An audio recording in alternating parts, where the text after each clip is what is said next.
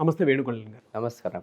బిజినెస్లో కనుక మనం రాణించాలి అని అంటే ఎంతో సక్సెస్ఫుల్ ఫార్ములా ఉంటే తప్ప అది వర్కౌట్ కాదు. చాలామంది బిజినెస్ స్టార్ట్ చేద్దాం అనుకొని కొంతమంది పెట్టుబడి ఉండి స్టార్ట్ చేసేస్తారు. దాని తర్వాత వెంటనే మళ్ళీ కిందకి వెళ్ళిపోతూ ఉంటారు. అంటే పతనం అయిపోతుంది. కొంతమంది దివాళా తీసేసుకుంటారు. కొంతమందికి కమిట్మెంట్ హాఫ్ చోటే ఆగిపోయి అక్కడి నుంచి వదిలేస్తారు బిజినెస్. ఏ విషయాల్ని పరిగణలోకి పెట్టుకుంటే బిజినెస్ సక్సెస్ అవుతుంది అండ్ బిజినెస్ ఫెయిల్యూర్ని కనుక మనం ఖచ్చితంగా చెప్పుకోవాలి అని అంటే ఏ విషయాలు ఒక మనిషి బిజినెస్ని ఫెయిల్యూర్ కిందకి తీసుకెళ్తాయి అంటారు? రైట్. ఫస్ట్ ఆఫ్ ఆల్ బిజినెస్లు ఎందుకు ఫెయిల్ అవుతాయని 2 కారణాలు ఉంటాయండి. 2 కారణాలని నేను 2 విధానాలు అంటాను నేను. ఓకే, ఒకటి వచ్చేసి ఏంటంటే సైంటిఫిక్గా, అంటే బిజినెస్ మోడల్లో ఏదైనా ప్రాబ్లం ఉన్నా, లేకపోతే marketing strategies, sales strategies, operations, ఇవన్నీ కూడా ఒక ఏరియా అనమాట. రెండోది వచ్చేసి మైండ్ సెట్ ఏరియా అనమాట. అంటే కామన్ సెన్స్ అనే ఒక సెన్స్ అనే ఏరియా ఉంటుంది. ఆ కామన్ సెన్స్లో సెన్స్ మిస్ అయితే ఫెయిల్ అవుతారు అన్న. సో ఫస్ట్ ఏరియా అనేది పెద్దది కాబట్టి దాని గురించి మనం ఫర్దర్ వీడియోస్లో మాట్లాడుకుందాం. దానికన్నా ముందు ఇది కామన్ సెన్స్ గురించి మాట్లాడుకుందాం. ఎందుకంటే కామన్ సెన్స్ కనుక ఉంటే అది కూడా వర్కౌట్ అవుతుంది. ఒకవేళ కామన్ సెన్స్ కనుక లేకపోతే ఆ మనిషి అది కూడా తెలుసుకున్న waste. So first common sense గురించి తెలుసుకుందాం. సో ఫస్ట్ కొంచెం సర్వే చేస్తే తెలిసింది ఏంటంటే ఫస్ట్ 90% బిజినెసెస్ అనేది 1 ఇయర్లోనే ఫెయిల్ అవుతాయి. 95% బిజినెసెస్ ఏవైతున్నాయి 5 ఇయర్స్లో ఫెయిల్ అవుతాయి. 99% బిజినెస్ ఏవైతున్నాయి 10 ఇయర్స్లో ఫెయిల్ అవుతాయి. 10 ఇయర్స్ తర్వాత ఓన్లీ 1% బిజినెస్ మాత్రమే బయటికి వచ్చి మార్కెట్లో స్కేలబుల్లోకి వెళ్తుంది. మరి మిగతాయి ఫెయిల్ అయినాయి అన్ని అడ్రస్ లేకుండా పోతాయి అంటే కొన్ని అడ్రస్ లేకుండా పోతాయి, కొన్ని వచ్చేసి పేరుకి చేస్తుంటారు, ఎందుకోసం చేస్తారో వాళ్ళకు కూడా తెలియదు అనమాట. వస్తుంటారు, పోతుంటారు, ఏదో అంటుంటారు, బ్యాంక్ బ్యాలెన్స్ 0, కస్టమర్ గ్రోత్ 0, ఖాళీ పేరుకే బిజినెస్ ఓనర్, విజిటింగ్ కార్డ్ పైన లేదంటే జనాలకు చెప్పుకోవడానికి అనమాట. అంతే, హడావిడి. సో దీంట్లో ఏదైతే చేంజెస్ అంటే ఫెయిల్ అవ్వడానికి దేర్ ఆర్ 4 C's అని నేను కనుక్కున్నాను అనమాట. కామన్ సెన్స్తో కూడుకున్న C's అనమాట. దాన్నే అంటాను 4 C's ఫార్ములా అనమాట. ఓకే, దాంట్లో ఫస్ట్ C వచ్చేసి ఏంటంటే కమిట్మెంట్ అనమాట. బిజినెస్ ఓనరు కమిట్మెంట్ వేరుంటుంది, ఒక ఎంప్లాయీ కమిట్మెంట్ వేరుంటుంది. రైట్, ఈ 2 కమిట్మెంట్లు కలిపితేనే ఒక బిజినెస్ సక్సెస్ అవుతుంది అనమాట. సో ఈ కమిట్మెంట్ అనేది ప్రతి మనిషికి వర్తిస్తుంది, జంతువులకు కాకుండా. ఎందుకంటే కమిట్మెంటు, దాని తర్వాత ఈ నెక్స్ట్ 3 C's ఏవైతే రివీల్ అయితే చూడండి, అది మనుషులకు చాలా వర్తిస్తాయి. అందుకోసం వాళ్ళ మనుషులు. ఒకవేళ ఆ మనుషులు కనుక ఆ కమిట్మెంటు, దాని తర్వాత నెక్స్ట్ 3 C's మనం రివీల్ చేస్తాం చూడండి, వాటిని కనుక అర్థం చేసుకోకపోతే, వాటిని కనుక పాటించకపోతే ఇక జంతువులకి మనుషులకి సంబంధం లేనట్టే అర్థం. ఎందుకంటే నిజంగా నేను కూడా ఎప్పుడైతే ఇవి తెలుసుకునే ముందు ఆలోచించాను అనమాట. అరే ఏంటి ఇది నిజంగానే కదా, బేసిక్ కామన్ సెన్స్ కూడా సెన్స్ మిస్ అవుతుంది ఎన్ని రోజులు మన లోపల. అండ్ మనతోని ఎవరైతే కూడుకున్న జనాలు ఎవరైతే ఉన్నారో వాళ్ళ లోపల, అంటే జనాలు అంటే మన టీం కావచ్చు, లేదంటే ఫ్యామిలీ కావచ్చు, లేదంటే కస్టమర్స్ రిలేటెడ్ కావచ్చు అనమాట. Right, so first commitment. ఈ కమిట్మెంట్ గురించి నేను ఒక దగ్గరికి వెళ్ళినప్పుడు నేర్చుకున్నా, నా జీవితంలో మర్చిపోలేను అనమాట.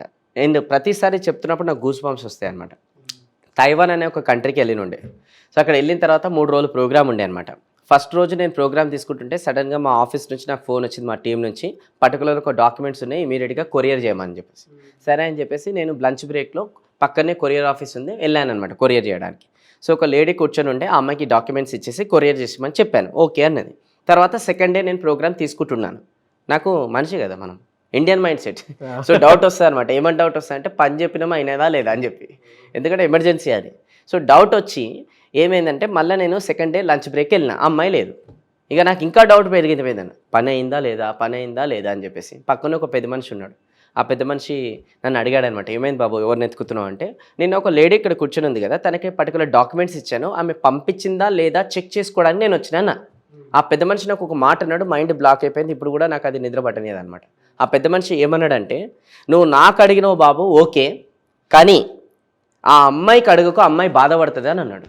దాని అర్థం ఏంటంటే, ఆ దేశంలో ఒక్కసారి వాళ్ళకి పని చెప్తే సెకండ్ టైం అడిగితే వాళ్ళని అవమానించినట్టు లెక్క. That is what they commitment follow. Fantastic. నాకు గూస్ బాంబ్స్ వచ్చినాయి అప్పుడు చెప్పిన, ఇప్పుడు కూడా వస్తుంది. ఎందుకనంటే సెకండ్ టైం చెప్పకుండా ఆ దేశంలో పని అట్లా చేస్తారు. కొంతమందికి ఇప్పుడు కూడా డౌట్ ఉండొచ్చు, ఒకసారి విజిట్ చేస్తే తైవాన్ గురించి తెలుస్తుంది, తైవాన్ హిస్టరీ గురించి కూడా తెలుస్తుంది అనమాట. తైవాన్ అనే దేశం చాలా పెద్ద హిస్టరీ ఉంది. అంటే ఇప్పుడు మన ఇండియా నుంచి ఏ విధంగా అయితే పాకిస్తాన్ సపరేట్ అయిందో, చైనా నుంచి తైవాన్ సపరేట్ అయింది అనమాట. అండ్ ఆ ఫ్రీడమ్ కోరుకొని సపరేట్ అయింది. ఆ ఫ్రీడమ్లో అక్కడ ఎంతోమంది, కొన్ని వేల మంది, 30,000 మంది పైగా ప్రాణాలు అనేది అర్పించారనమాట. ఏది ఫ్రీడమ్ కోసం. అంటే అంత కమిట్మెంట్ వాళ్ళ దేశానికి ఉందన్నమాట. ఇంకా దేశం గురించి మాట్లాడుకుంటూ పోతే సపరేట్ వీడియో చేద్దాం మనం నెక్స్ట్ టైం. బట్ కమిట్మెంట్ గురించి చెప్తున్నా. సరే, ఆ దేశాన్ని కట్ చేద్దాం. మన దగ్గర కూడా ఇప్పుడు వచ్చినట్టయితే నేను నా జీవితంలో కూడా కొన్ని సందర్భాల్లో ఇలా ఫేస్ చేస్తాను అనమాట. అందుకోసం దాన్ని బేస్ చేసుకొని చెప్తున్నా. ఒక పని చెప్తే 100 సార్లు అడుగుపించుకుంటారు. ఓకే, అండ్ ఫైనల్గా ఆ పని చెప్పిన తర్వాత ఎవరైతే ఆ పని చెప్తారు కదా 100 సార్లు అడిపించుకుంటారు కదా, ఈ పని చెప్పిన వాళ్ళ ఫీలింగ్ ఎలా ఉంటుంది తెలుసా? వీళ్ళకి చెప్పుకునే కన్నా నేను చేసుకునేది బెటర్ అనే ఫీలింగ్ వస్తుంది అనమాట. సో అందుకోసమే నేను ఏమంటున్నానంటే స్పెషల్గా అంటే 100కి 100% ఇలా ఉంటారని నేను అంటలేను. ఎందుకంటే నా జీవితంలో ఒక 100%లో 20-30% ఇలా కూడా పరిచయం అయ్యారు, 20-30% ఇలా కూడా పరిచయం అయ్యారు ఎవరైతే చెప్పకన్నా ముందే చేసినట్టు అట్లా కూడా ఉన్నారనమాట. సో నేను నా జీవితంలో నేను చాలా పెద్దగా నేను నేర్చుకుంది, నేను ఫాలో అయ్యేది ఒకటే ఏంటంటే, ఎవరన్నా నాకు పని చెప్తే నేను సెకండ్ టైం వాళ్ళకి అడగనియను అనమాట. ఎందుకంటే సెకండ్ టైం అడగనిస్తే వాళ్ళకి అవమానించినట్టు లెక్క. అందుకోసం నేను అడగనియను. అందుకోసం ఆ కమిట్మెంట్తోనే ఉంటారనమాట. కమిట్మెంట్తో ఉన్న వాళ్ళు ఈ భూమి పైన మోసపోయినది అనేది హిస్టరీలో లేదు. వాళ్ళు ఎక్కడ పోయినా ఏ ఫీల్డ్కి పోయినా వాళ్ళు సక్సెస్ అవుతారు. Commitment is the number 1 key అనమాట. కమిట్మెంట్ అనేది ప్రతి చిన్న దగ్గర నుంచి మ్యాటర్ అవుతుంది. అండ్ పెద్దవాళ్ళకి చిన్న వాళ్ళకి భేడా లేకుండా కమిట్మెంట్తో పని చేయాలి. చిన్న పని పెద్ద పని అని తేడా లేకుండా కమిట్మెంట్తో పని చేయాలి. కొంతమంది ఉంటారు ప్రాఫిట్ ఎక్కువ వస్తుంది, ఈడ కమిట్మెంట్తో ఈడ ప్రాఫిట్ తక్కువ ఈడ. కొంతమంది ఉంటారు వీళ్ళతోని మనం మంచిగా ఉంటాం కాబట్టి వీళ్ళతో కమిట్మెంట్తో ఉంటాం, వీళ్ళతో నాకు పని పడదు కదా, కమిట్మెంట్తో లేకుండా నడుస్తుంది. ఇట్లుండొద్దు. ఎవరికైనా ఎక్కడైనా సరే, పని అయినా సరే, పెద్దవాళ్ళైనా సరే, చిన్నవాళ్ళైనా సరే, అందరితోనే ఒకటే కమిట్మెంట్తోనే ఉండాలి. అప్పుడే వాళ్ళు కోరుకున్న సక్సెస్ అనేది సాధించగలరు. ఇది 1. సెకండ్ సి వచ్చేసి ఏంటంటే చేంజ్. మనిషి ఎప్పటికప్పుడు అతని లోపల చేంజ్ తీసుకురావాలి. అండ్ బిజినెస్ ఓనర్ కూడా ఎప్పటికప్పుడు బిజినెస్లో కూడా చేంజ్ తీసుకురావాలి. ఎవరైతే చేంజ్ తగ్గట్టు చేంజ్ తీసుకురావాలో వాళ్ళు మార్కెట్లో ఖతం ఫినిష్ అయిపోతారు అనమాట. ఎగ్జాంపుల్, హెచ్ఎంటీ అనే కంపెనీ తెలిసి ఉండొచ్చు, వాచ్లేదు famous company, government based company. వాళ్ళు ఒక సర్టెన్ టైం వచ్చిందనమాట, చేంజ్ అనేది వాళ్ళ కంపెనీ లోపల తీసుకురాలేదు, ఇన్నోవేషన్ తీసుకురాలేదు. అండ్ వాళ్ళ కాంపిటీటర్స్ టాటా బేస్డ్ కంపెనీ వాళ్ళు చేంజ్ తీసుకొచ్చారు, హెచ్ఎంటీ ఫినిష్ అయిపోయింది. ఫేమస్ కంపెనీ, దాదాపు ఎంతోమంది ఎంప్లాయీస్తో కూడుకున్న కంపెనీ, 1100+ ఎంప్లాయీస్తో కూడుకున్న కంపెనీ రోడ్డు పైనకి వచ్చేసాను, తీసేసారు, కంపెనీని క్లోజ్ చేసేసారు. దాని తర్వాత కోడాక్ అని చూశారు కదా, అప్పుడు రీల్ కెమెరా, వాళ్ళు కూడా ఏంటంటే ఇట్లా డిజిటల్ రిలేటెడ్ ట్రాన్స్ఫార్మ్ అవుతుంది, ఇట్లా మంచి కెమెరా ఇట్లా అప్డేట్గా అంటే రీల్ బేస్డే ఉంటుంది, మాది ఇట్లనే ఉంటాం, మేము ఇట్లనే ఉంటాం, ఖతం అప్డేటెడ్. ఇది నోకియా డబ్బా ఫోన్ ఎంత మంచిగా వాడుతుండే అప్పుడు మనం, సిరీస్ది అదంతా కూడా కీబోర్డ్తో మంచి ఇలా ఉంటుండే కదా. సో వాళ్ళు కూడా చెప్పారనమాట, మార్కెట్ చేంజ్ అవుతుంది, కొంచెం చేంజ్ కాండి, కొంచెం టచ్ స్క్రీన్స్కి వస్తున్నారు ఇప్పుడు అందరు కూడా, జనాలు అట్లా అలవాటు అవుతుందంటే జనాలకి ఈజీ ఉంటుంది ఇట్లా నొక్కడం, ఇదంతా రిలేటెడ్. సో మనం ఇది ఇట్లనే వాడతాం, ఇట్లనే అది 2-3 రోజులు వాడతారు, అట్లా తర్వాత మా దానికి అలవాటు అయిపోయారు కాబట్టి మా దానికే యూజ్ చేస్తారని నమ్మకంతో ఉండేవాళ్ళు. తర్వాత అవుట్డేటెడ్ అయిపోయింది, వెళ్ళిపోయారు, అడ్రస్ లేకుండా వెళ్ళిపోయారు ఈ కంపెనీస్ అని. అంటే నేను ఎందుకు చెప్తున్నానంటే, ఏ కంపెనీ అయినా సరే మార్కెట్లో వాళ్ళు ఇచ్చే సర్వీస్లో, వాళ్ళ ప్రోడక్ట్లో చేంజ్ కనుక తీసుకురాకపోతే ఆ కంపెనీ త్వరలో క్లోజ్ అవుతున్నట్టు అర్థం, లేదంటే సేల్స్ డౌన్ అవుతాయంటే అర్థం. అట్లనే వ్యక్తి లోపల కూడా చేంజ్ తీసుకురావాలి, మైండ్ సెట్ ప్రకారం చేంజ్ తీసుకురావాలన్నమాట. ఓకే, కంపెనీ ప్రోడక్ట్ సర్వీస్ లోపల చేంజ్ తీసుకురావాలంటే ఫస్ట్ ఆ మనిషి మైండ్ సెట్ లోపల చేంజ్ తీసుకురావాలి, తర్వాత అక్కడనే రియాలిటీలకు చేంజ్ వస్తుంది. సో చేంజ్ అనేది చాలా కంపల్సరీ అండి. దాని తర్వాత నెక్స్ట్ వచ్చేసి ఏంటంటే that is call clarity. Clarity అంటే మనిషి చేసే పనిలో కావచ్చు, హ్యాండిలింగ్ టీమ్ రిలేటెడ్ కావచ్చు, క్లయింట్స్ రిలేటెడ్ కావచ్చు, చాలా క్లారిటీ ఉండాలి. మనిషి ఎంత క్లారిటీ ఉంటే అంత సక్సెస్ అనేది పొందుతాడు. ఒకవేళ కొంతమంది వచ్చి అడుగుతారు, వేణు అకార్డింగ్ టు యూ ఈ 21st సెంచరీలో వాట్ ఈజ్ సక్సెస్ అని నన్ను అడిగారు అనుకోండి, నేను ఒకటే అంట, మనం ఏ పని అయితే చేస్తున్నామో ఆ పని ఎండ్ రిజల్ట్ మన జీవితం పట్ల ఎంతైతే క్లారిటీ ఉంటుందో అంత సక్సెస్ అని అంటాను నేను. ఫ్లోలో పోతుంటాం కదా మనం, జస్ట్ ఫ్లో. ఆ చనిపోయిన చేప ఏ విధానంగా అయితే వాటర్ ప్రభావానికి ఫ్లోలో పోతుందో, ఆ గాలి పతంగా ఏదైతే కట్ అయిన తర్వాత గాలి ఎక్కడ వస్తుందో అక్కడ పోతుందో, మనం కూడా పొద్దున్న లేచిన తర్వాత ఫ్లోలోనే పోతాం. ఈరోజు గీలను కలుస్తా అంటే గాలను కలుస్తాం, రేపు వాళ్ళని కలిస్తే అలాని కలుస్తాం, ఈరోజు వీళ్ళ మీటింగ్ చేస్తాం, అటు ఫ్లోలో పోవద్దు మనిషి. ఎవ్రీథింగ్ కూడా క్లారిటీ ప్రకారంగా పోవాలంటారు. దీని రిలేటెడ్ కూడా ఒక మంచి ఎగ్జాంపుల్ ఉందన్నమాట. ఇది మంచి జోక్ బేస్డ్ ఎగ్జాంపుల్ అనమాట. ఓకే, రియాలిటీ కాదు, ఇట్స్ హ్యూమర్ రిలేటెడ్ అనమాట. ఒక వ్యక్తి ఏరోప్లేన్లోకి వెళ్ళి క్లీన్ చేసుకుంటూ కూర్చున్నాడు అనమాట. అంటే స్టాఫ్ ఉంటారు కదా, క్లీన్ చేసే స్టాఫ్ క్లీన్ చేస్తారు. పైలట్ క్యాబిన్లోకి వెళ్ళి క్లీన్ చేస్తుంటే అక్కడ ఒక బుక్ ఉందన్నమాట, ఏరోప్లేన్ నడిపేయడం ఎలా అని. వాడు తీసుకొని ఆ బుక్ ఫస్ట్ పేజీలో టర్న్ చేయగానే గ్రీన్ కలర్ బటన్ నొక్కితే ఏరోప్లేన్ ఆన్ అవుతుంది అంటారు. ఆ నొక్కుతాడు, ఆన్ అవుతుంది. దాని తర్వాత ఎల్లో కలర్ బటన్ నొక్కితే ఏరోప్లేన్ గాల్లోకి ఎగురుతాడు. ఎగిరింది, మంచిగా ఎంజాయ్ చేస్తుండే అనమాట. అమ్మో మన 10th ఫెయిల్, మనం ఏరోప్లేన్ నడిపిస్తున్నాం అని ఎంజాయ్ చేస్తున్నాడు. దాని తర్వాత ఏరోప్లేన్ని ఇప్పుడు ల్యాండ్ చేయాలనుకుండు. దాని తర్వాత చూస్తే బుక్ అయిపోయింది. దాని తర్వాత వెనకాల రాసింది అనమాట, పార్ట్ 2 ఉంటుంది. అదే వాడలేదు, ఆడు గాల్లో హ్యాపీ బర్త్డే. అంటే దాని అర్థం ఏంటంటే half knowledge is very dangerous. So మనిషి ఈ మధ్యకాలంలో ఎట్లా అంటే పూర్తిగా తెలుసుకోరు. సగం తెలుసుకుంటారు, నాకు పెద్దగా తెలిసిపోయిందని ఫీల్ అయిపోయి దాని తర్వాత పోతారు, దాని తర్వాత ఫెయిల్ అయిపోతారు. ఏదైనా తెలుసుకుంటే పూర్తిగా తెలుసుకోవాలి, లేదంటే తెలుసుకోవద్దు. కొంచెం ఇట్లా మనం ఇట్లా డిస్కషన్ చేస్తున్నాను, నాకు అర్థమైపోయి అరే ఏం అర్థం, నాకు అర్థమైపోయి నేను చేసేస్తా కదా, అయిపోతుంది, నువ్వు చూడు నాకు అర్థమైపోయింది, నువ్వు చెప్పకే ఎక్కువ చెప్పకు, నువ్వు అర్థమైపోయింది అంటారు. సో తీరా విషయం వరకు మనం కోరుకునే రిజల్ట్స్ అక్కడ రావన్నమాట. సో అందుకోసం ఏం చేయాలంటే ఏదైనా సరే పూర్తి నాలెడ్జ్ అనేది తీసుకోవాలి. ఈ క్లారిటీ రావాలంటే లెర్నింగ్ యాటిట్యూడ్ ఎక్కువ ఉండాలి. టూ మచ్ అంటే ప్రతిరోజు ఏదో ఒక విషయం నేర్చుకుంటున్నాను. మా గురువులు చిన్నప్పటి నుంచి నా మైండ్లో ఒక చిప్ వేశారండి. అది చిప్పేందనంటే స్మార్ట్ శంకర్ మూవీలో చెప్పేస్తారు కదా, నా మైండ్లో కూడా చెప్పేశారనమాట. ఏమని చెప్పేశారంటే, వేణు ఏ రోజు కూడా నువ్వు కొత్త విషయం నేర్చుకోకుండా నీ డే వేస్ట్ కాకూడదు, ప్రతిరోజు ఏదైనా కొత్త విషయం నేర్చుకోవాలి. నేను నిజంగా తెలుసా, డ్రైవింగ్ చేసేటప్పుడు నా దగ్గర ఆప్షన్ ఉంటుంది మ్యూజిక్ వినడం, ఇంకోటి ఏదైనా కొత్త విషయం, నేను కొత్త విషయం ఉంటాను. దాని తర్వాత లంచ్ చేసేటప్పుడు కూడా నేను కొత్త విషయం. తర్వాత ఎక్కడైనా సరే నా డైలీ లైఫ్లో ఎక్కడైనా నాకు ఛాన్స్ దొరికినప్పుడు నేను నేర్చుకుంటూనే ఉంటాను అనమాట. అది పెద్దవాళ్ళైనా చిన్నవాళ్ళైనా, లేదంటే నా తోటి వాళ్ళైనా, లేదంటే మా టీం అయినా, ఎక్కడి నుంచైనా నేను నేర్చుకుంటూనే ఉంటాను అనమాట. ఎందుకంటే ఎంత నేర్చుకుంటే అంత క్లారిటీ వస్తుంది, ఎంత క్లారిటీ ఉంటే మనిషి అంత కాన్ఫిడెంట్గా ఉంటాడు, ఎంత కాన్ఫిడెంట్ ఉంటే మనిషి అంత సక్సెస్ సాధిస్తాడు. అదేనా? సో ఈరోజు చాలామంది కోరికలు ఎక్కువ ఉన్నాయి, నేను ఐఏఎస్ అయితే ఐపీఎస్ అయిపోతే దాని తర్వాత నా బిజినెస్ ఇట్లా తీసుకెళ్తా అట్లా తీసుకెళ్తా అంటారు. కోరికలు చాలా ఉన్నాయి. కోరికలకి రియాలిటీలోకి తీసుకురావాలంటే క్లారిటీ కావాలి. క్లారిటీ కావాలంటే నాలెడ్జ్ కావాలి. నాలెడ్జ్ కావాలంటే నేర్చుకోవాలంటే డైలీ టైం తీయాలి. ఆ టైం తీస్తే మనిషి ఎదుగుతాడు అనమాట. టైం చాలా ఇంపార్టెంట్. అంటే టైం అనేది ఎట్లా ఇన్వెస్ట్ చేస్తున్నారు అనేది important. Is equal to money అనుకున్నప్పుడు దానికి తగ్గట్టే స్కిల్ మనం బేస్ చేసుకొని వెళ్ళాలి. If you want 1 lakh rupees per month, 1 lakh తగ్గట్టు నాలెడ్జ్ స్కిల్ యాటిట్యూడ్ ఉందా లేదా? If you want 2 lakhs rupees per month, దాని తగ్గట్టు నాలెడ్జ్ స్కిల్ యాటిట్యూడ్ ఉందా లేదా? ఇప్పుడు మనిషికి ఎట్లుంది తెలుసా, 50,000 నెలకి సంపాదిస్తారు, కోరిక 1,00,000 ఉంటుంది. ఫస్ట్ మనిషి 50,000 సంపాదిస్తున్నాడు, ఇక్కడ ఏంది కోరిక 1,00,000 రూపాయలు ఉంది. ఇప్పుడు ఇక్కడ నుంచి హీఐట్లు ఉంది కదా, 1,00,000 గీడలేదు కదా, ఈడుంది ఇది. సో ఈ 50,000 సంపాదించిన వాళ్ళకి 1,00,000 కోరిక ఏదైతుందో ఈ 1,00,000కి రీచ్ కావడానికి దారులు ఏమున్నాయి, ఏం నేర్చుకుంటే 1,00,000కి రీచ్ అవుతాం, ఎలాంటి యాటిట్యూడ్లో మన మైండ్ సెట్లో చేంజెస్ చేస్తే 1,00,000కి వెళ్తాం, ఎలాంటి నాలెడ్జ్ తీసుకుంటే మనం 1,00,000కి వెళ్తాం అనేది తీసుకుంటేనే 1,00,000కి వస్తాడు. కానీ ఇక్కడ అర్హత సంపాదించుకోవాలి. స్కిల్ ఒకటి, యాటిట్యూడ్ ఒకటి, నాలెడ్జ్ ఒకటి. నాలెడ్జ్ అంటే ఏంటంటే ఏదైనా పనిని ఆ పని చేయడానికి నాలెడ్జ్ అనమాట. స్కిల్ ఏంటంటే ఆ నాలెడ్జ్ ఉంటుంది కదా, ఆ నాలెడ్జ్ని ఎఫెక్ట్గా చేయడమే స్కిల్. ఇప్పుడు మీరు ఇంటర్వ్యూ చేస్తుంటారండి, ఇప్పుడు మీరు చాలామంది యాంకర్స్ ఉంటారు, వాళ్ళు కూడా ఇంటర్వ్యూస్ చేస్తుంటారు అనమాట. కానీ క్వశ్చన్ అడుగుతారు, మీరు ఇంకోళ్ళు కూడా క్వశ్చన్ అడుగుతారు, కానీ ఆ క్వశ్చన్ని ఎఫెక్టివ్గా అడగడమే స్కిల్. ఓకేనా? సో అట్లా నాలెడ్జ్ ఉండడం వేరు, నాలెడ్జ్ అనేది ఎఫెక్టివ్గా ప్రజెంట్ చేయడం అనేది స్కిల్. అండ్ ఈ రెండిటితోని మూడోది చాలా ఇంపార్టెంట్, యాటిట్యూడ్, మైండ్ సెట్. ఆ యాటిట్యూడ్ కనుక ఎంతైతే మనిషికి చేంజ్ అవుతుందో, స్కిల్లో ఎంతైతే అప్గ్రేడ్ అవుతాడో, నాలెడ్జ్లో ఎంతైతే అప్గ్రేడ్ అవుతాడో, ఆ మనిషి వద్దనుకుని కూడా సక్సెస్ కాళ్ళ దగ్గర వచ్చి పడుతుంది. సక్సెస్ చెప్తే తాగు సార్ నన్ను తీసుకో అంటుంది, లేదంటే మనిషి ఉరకాలి సక్సెస్ దగ్గరికి అనమాట.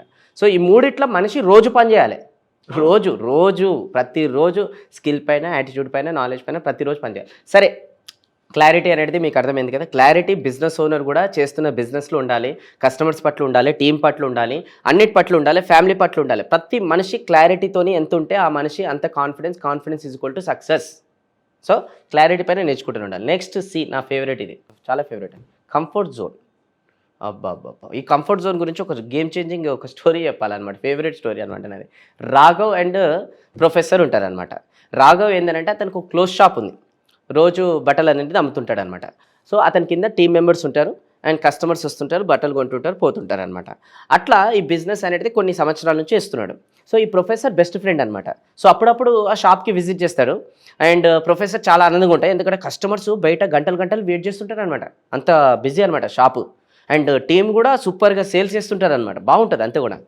కొన్ని సంవత్సరాల వరకు ప్రొఫెసర్ బిజీ ఉండి ఒక 2-3 సంవత్సరాల గ్యాప్ తర్వాత రాఘవని ఒక రోజు కలిసిండు.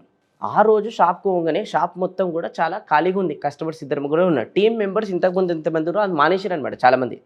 ఏమైందని ఆయన షాక్ అయ్యింది అనమాట. రాఘవ్ కస్టమర్స్ ఏమో తక్కువైపోయారు అండ్ టీం మెంబర్స్ మానేసారు, అంతా ఓకేనంటే రాఘవ్ బాడీ లాంగ్వేజ్ చూడండి, సూపర్ ఉంది సార్, అంతా మంచిగా ఉందని మొబైల్లో టైంపాస్ చేసుకుంటూ కూర్చుండే అనమాట.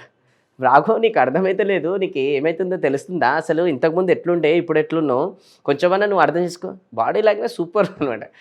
అంటే కంఫర్ట్ జోన్లో ఉన్న బాడీ లాంగ్వేజ్ అనమాట. అది బాగుంది సార్, ముద్దుగా ఉంది, మంచిగా నడుస్తుంది, ఇప్పుడు అంతే ప్రాబ్లం ఏం లేదు, అట్లనే ఉంటుంది.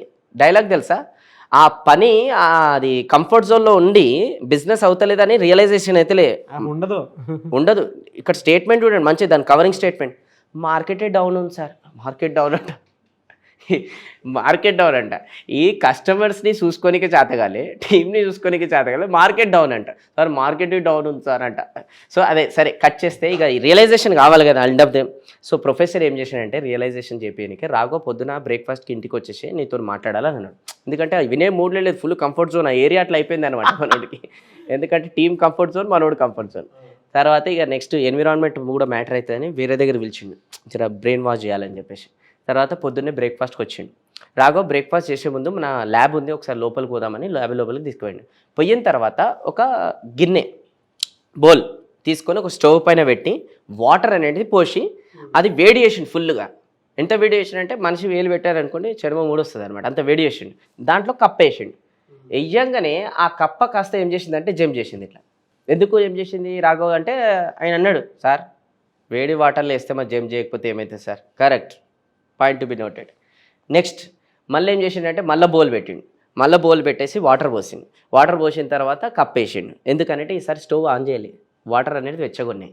ఇప్పుడు అదేం చేసింది చూడండి, దాని బిల్డప్ చూడండి. అది ఎట్టుందంటే మంచిగా జాలీగా కంఫర్ట్ జోన్లో కూర్చుంది అనమాట.